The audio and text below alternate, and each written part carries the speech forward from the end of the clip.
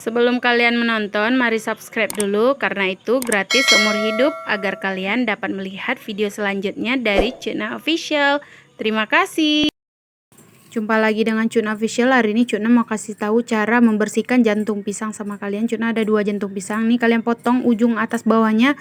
Habis itu kalian buka kelopak demi kelopaknya sampai hilang warna merahnya. Ini kita potong satu lagi sampai hilang warna merahnya. Kalau kalian mau pakai merahnya boleh juga, tapi Cuna dari kecil diajarkan begini sih sama mama Cuna. Jadi ya gini. Nah, sekarang kalian potong-potong, terserah kalian mau potong segi 4, bulat, segitiga, terserah mau kayak mana aja, terserah kalian lah pokoknya. Nah gini ya, ini pasti tangan kalian ini bergetah habis nih ya. Kalau dulu Cuna di kampung tuh sering pakai minyak makan sebelum potong-potong ini di tangan supaya biar dia tidak bergetahnya lengket di tangan. Nah gini ya, jangan lupa kalian cuci nanti. Terima kasih bagi yang udah nonton channel Cuna. Jangan lupa di like, subscribe, dan share. See you, dadah, bye-bye.